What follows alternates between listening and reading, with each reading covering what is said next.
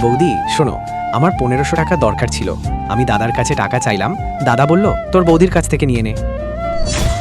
আচ্ছা ঠিক আছে, ওখানে ব্যাগটা রাখা আছে, দাও তো। এই নাও বৌদি।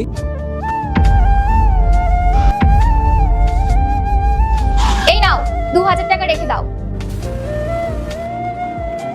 বৌদি তোমার জন্য বাজার থেকে কিছু নিয়ে আসবো? আরে না না, এখন আমার কিছু দরকার নেই, তুমি তোমার কাছে রেখে দাও, তোমার কাজে লাগবে। এই কে ছিল রে এটা? ওর ছোট ভাই। মানে নিজের ভাই? না, মামার ছেলে। মামার ছেলে? তা তুই ওকে টাকা দিলি কেন?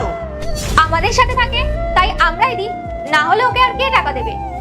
মানে ও কোনো কাজ করে না? মানে জামাইবাবু ওর সব খরচা চালাচ্ছে আর ও কিছুই করছে না?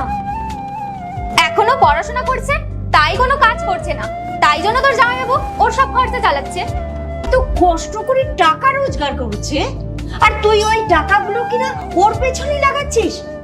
আল্লাহর এই সুন্দর নামটি দেখে যে ভিডিওতে লাইক করে চ্যানেলটি সাবস্ক্রাইব করে দিবে, হে আল্লাহ তুমি তাদেরকে হজ করা তৌফিক দান করো। তুই নিজের হাতে তুলে দিচ্ছিস। ও নিজের ভাই হলে তাও নয় বুঝতাম, আরে ও কোথাকার দূর সম্পর্কের আত্মীয়, তার পেছনে এত টাকা খরচা করছিস?